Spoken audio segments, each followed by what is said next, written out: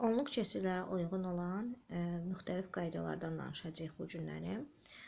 Onluq kəsirlərin üzərində əməllərin yerinə yetirilməsidir, onluq kəsirin onluq kəsirə bölünməsidir, vurulmasıdır və yaxud da ki, onluq kəsirin natural ədədə vurulub bölünməsidir. Bu cür şəkildə qaydaları təkrarlayacağıq. Birincisi, onluq kəsirlər dedikdə nəzərdə tutulurdu. Bizdə tam və kəsr hissələri bir-birindən vergüllə ayrılan kəsirlər nəzərdə tutulurdu. Yəni, adi kəsirlərdən fərqli olaraq burada artıq sürət və məxrəc anlayışına biz baxmırdıq. Biz burada tam hissəsi ilə kəsr hissəsi bir-birindən vergüllə ayrılan kəsirlərə baxırdıq. Məsələn, deyirdik ki, 5,2 bizə verilən onluq kəsirdir və yaxud da 3,1 bizə verilmiş onluq kəsirlərdir. Bunların tam hissəsi ilə kəsr hissəsi bir-birindən vergüllə ayrılır. Onluq kəsirlərin üzərində biz toplama, çıxma, vurma, bölmə əməllərini yerinə yetirə bilərik. Bununla yanaşı həmçinin onluq kəsirlərin üzərində biz müqayisələr də apara bilərik.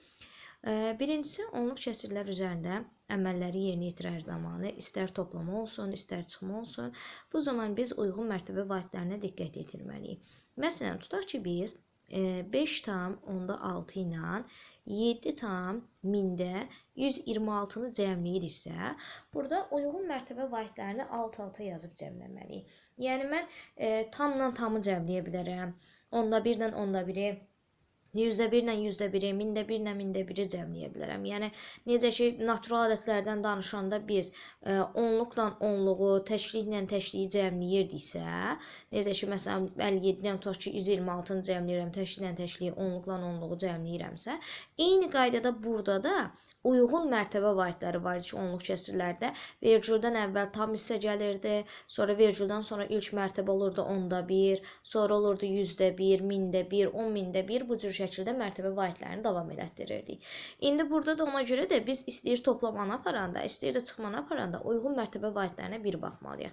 Məsələn, 5,6 ilə tutaq ki, 7,126-nı cəmləyirəmsə, 6-ın yuxarısında da heç bir rəqəm yoxdur, 2-nin yuxarısında heç bir rəqəm yoxdur. Bunları elə bir 0 qəbul edirəm.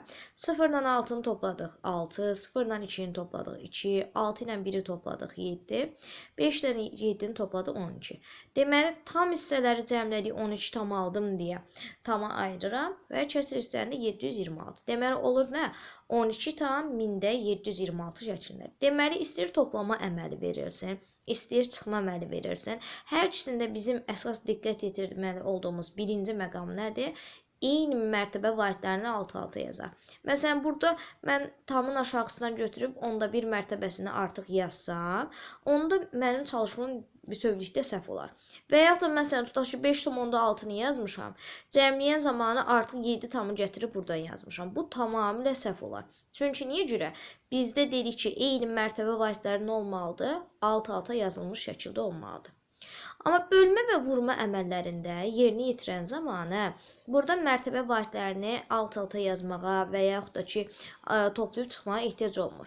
Vurma əməlini yerinə yetirməyin və yaxud da bölmə əməlini yerinə yetirməyin qaydalarını bilmək lazım. Məsələn, bir var ki, siz onluq kəsiri onun qüvvətlərinə vurursunuz və yaxud da ki, məsələn, 0,1, 0,100-də 1, 1000-də 1 bu cür şəkildə ədədlərə vurursunuz və yaxud da ki, məsələn, bunlardan fərqli olan, məsələn, 0,34, 0,55 şəklində onluq kəsirlərə vurursunuz və yaxud da bölürsünüz. Bunların hər birinin özünə məxsus qaydası var. Məsələn, tutaq ki, mənə verildi 5,5 şəklində onluq kəsir. Deyir ki, bunun 10-un kvadratına hasilini tap. Mən birincisi bilirəm ki, 10-un kvadratı mənə nəyi verəcək? 100-ü verəcək. 5,5-i deməli 100-ə vurmalıyıq. Əgərlərim hər hansı bir ədədi 100-ə vururamsa, təbii ki, ədəd nə olacaq? Böyümüş olacaq da. İndi 5,5-i də əgərlərim 100-ə vururamsa, 100-də neçə dənə 0 var? 2 dənə 0 var. Onda mənə verilmiş ədəddə vergül 2 vahid sağa doğru sürüşəcək. Niyə görə? Dedik ki, 100-ə vururamsa ədəd böyüməlidir. Bir vahid gəldim, oldu 55. İkinci vahidi gələndə artıq burada rəqəm yoxdur. Ona görə buradan özümüzdə nə yazmalıyıq? 0 yazmalıyıq. Deməli, olacaq cavabım nəyə bərabər? 550-yə bərabər. Deməli, 5,5-i 100-ə vuranda bizə nəyi verir? 550-ni verir. Və yaxud da məsələn 3,2-nin tutaq ki, 10'un kubuna hasilini tapıram. 10'un kubunu bilirəm ki, 10 vur 10, 100, 100'ü də 10'a vuranda 1000 eləyir. Deməli, nə etməliyəm? 3,2-nin 1000'ə hasilini tapmalıyam. Yenə vergülü neçə addım sürüşdürməliyəm bu dəfə? 3 addım sürüşdürməliyəm. Çünki 1000'də 3 dənə sıfır var. Deməli, 3,2-də vergülü bir addım irəliyə gətirdik. İkinci addım irəliyə gətirəndə rəqəm yoxdur, 0 yazırıq. Üçüncü addım gətirəndə yenə rəqəm yoxdur, 0 yazırıq. Deməli, gəldi vergül burada sonda dayandı. Deməli, ədədim gəldi nəyə bərabər olmuş oldu?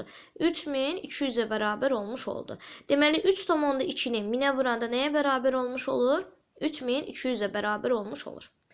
Bir də var ki, indi biz hər hansı bir verilmiş onluq kəsiri 0,1, 0,1 bu cür şəkildə kəsirlərə vururuq. Məsələn, tutaq ki, 5,2-ni vururuq 0,1-ə. Və yaxud da məsələn, tutaq ki, 7,6-nı vururuq 0,2-yə. Bu cür şəkildə verilmiş hesablamaları necə yerinə yetirirsiniz? Sizə verilmiş ədədlərə vergülsüz baxın. Məsələn, buna 52 kimi baxın, buna da 1 kimi baxın. 52-ni 1'ə vurduqda cavabım nə alınır? 52 alınır. Amma burada mən axı mənə verilmiş ədədləri böyütdüm. 5,2-ni 52 elədim. 0,1-i isə gətirdim 1 elədim. Ədədləri böyütdüm. Ona görə cavabım böyük ədəd alındı, 52 alındı. Amma cavabım 52 deyil axı. Çünki məndə 5,2-nin 0,1-ə hasili verilibdir. Və son cavabı necə alacağam? Burada baxacağam ki, vergüldən sonra bir dənə rəqəm var. Burada da vergüldən sonra bir dənə rəqəm var. Oldu ümumi 2 dənə rəqəm. Ona görə vergülü sağdan sola doğru 2 var geriyə sürüşdürəcəm. Niyə görə geriyə sürüşdürəcəm? Çünki mən ədədi böyütmüşdüm. Ona görə böyük cavab almışdım. Amma mənim cavabım kiçik cavabdır. Vergülü 2 var sürüşdürəndə 1 addım gəldik. İkinci addım gələndə burada rəqəm yoxdur. Bura 0 atacağım. Deməli, cavabım olacaq nəyə bərabər? 0,52-yə bərabər. Eyni qaydada burada. 76-nın 2 hasilini tapacağıq. Bizə vermiş olacaq nə? 152-ni. Amma mən ədədlərimi böyütdüm, gəldim 152-ni aldım. Burada vergüldən sonra neçə dənə rəqəm var? 1 dənə. Burada neçə dənə rəqəm var? 1 dənə. Oldu ümumi 2 dənə. Deməli, bu dəfə nə etməliyəm? 2 addım geriyə gəlməliyəm yenə. 1 addım, 2 addım. Olacaq cavabım deməli nəyə bərabər? 1,52-yə bərabər. Və yaxud da ki, məsələn, siz tutaq ki, onluq kəsirlə işləmək istəmirsiniz. Əgərlərim onluq kəsirlə işləmək istəmirsinizsə, bu cür şəkildə hesablamaları yerinə yetirəndə adi kəsirdə çevirib işləyə bilərsiniz. Məsələn, biz dedik ki, 5,2-ni məsələn 0,1-ə vurmaq. 5,2-ni 0,1-ə vururamsa, birincisi necə tələffüz edirəmsə, o cür adi kəsirə çevirəcəm. Olacaq 5,2 vurulsun. 0,1-i də adi kəsirə çevirəndə olacaq nə? 10,1 şəklində. İndi bu 5,2-ni qarışıq ədəddir. Adi kəsirə çevirəndə məxrəc olur 10. Sürət tapanda 5-i 10-a vurduq 50. Üstündən 2 gəldik 52. Vurulsun 10,1 şəklində. İndi biz bu vurma əməlini necə yerinə yetirirdik? Məxrəcləri 1 vurub məxrəcdə yazırdıq. 10-u 10-a vurduq 100. Sürətləri də 1 vurub sürətdə yazırdıq. 52-ni də 1-ə vurduq 52. Oldu deməli cavabım nə? %52. Bəs bunu onluq kəsirlə necə gətirirdim? Tam hissəm yoxdur, 0 tam. %52-ni də vergüldən sonra neçə dənə rəqəm olmalıdır? 2 dənə rəqəm olmalıdır deyə bu cür şəkildə qeyd edəcəm. Yenə də baxın, gördüyümüz kimi əvvəlki elədiyimiz şəkildə cavabı almış olduq.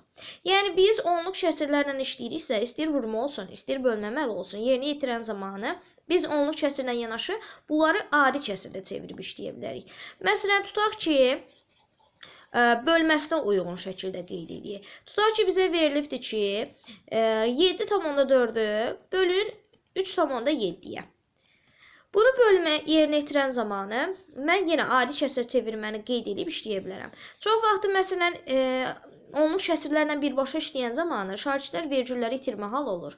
Amma dəqiq cavabı çox vaxtı adi kəsirin almaları mümkün olur. Çünki adi kəsirdə əgərlərim düzgün çevirməyi bilirəmsə, davamını yerinə yetirmək mənim üçün sadə olacaq. 7,4-ü adi kəsirə çevirəndə olacaq 7,4 şəklində bölünsün. 3,7-ni çevirəndə olacaq 3,7. Bərabərdir. 7,4 qarışıq ədəddir. Adi kəsirə çevirən məxrəc olduğu kimi qalır. Sürət tapanda 7-ni 10-a vurduq 70. Üstünə də 4-ü gəldik, oldu 74. Bölünsün. 3,7. Yenə məxrəc olduğu kimi qalır. Sürət tapanda 3-ü 10-a vuracağıq 30. Üstünə də 7 gələcək 37.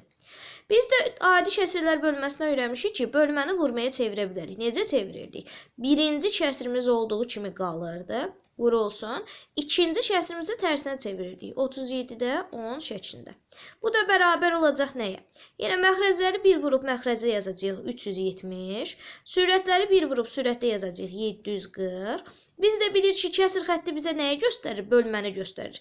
740-ı 370-ə böləcəyik. Cavabımız bərabər olacaq nəyə? 2-yə. Deməli 7,4-ü 3,7-yə böləndə bizə nəyi vermiş olur? 2 cavabını vermiş olur. Deməli biz onluq kəsirlərlə işləyən zamanı, hansı ki biz onluq kəsirlərin adi kəsirə çevrilməsi qaydasını öyrənirik ki, onluq kəsirləri necə tələffüz ediriksə, o cür adi kəsir formasına çeviririk və deməli biz onluq kəsirlərin artıq adi kəsirə çevrilməsinin qaydasını öyrənmişiksə, bunu biliriksə, biz heç bir məhdudiyyət yoxdur ki, bunu bölməyə və yaxud da vurma əməlinə tətbiq edəməyək. Biz deməli bölmə əməllərini yerinə yetirən zamanı və yaxud da vurma əməllərini yerinə yetirən zamanı birbaşa onluq kəsirlərin üzərində də bayaq qeyd etdiyim kimi işləyə bilərik. Və yaxud da bu cür adi kəsirlərdə çevirib üzərində işləyə bilərik. Eyni qaydada məsələn, necə ki natural ədədlər üçün bizdə və yaxud da kəsirlər üçün tənliklər verilirdi. Eyni qaydada məsələn onluq kəsirlər üçün də bizə müxtəlif tənliklər verirlər.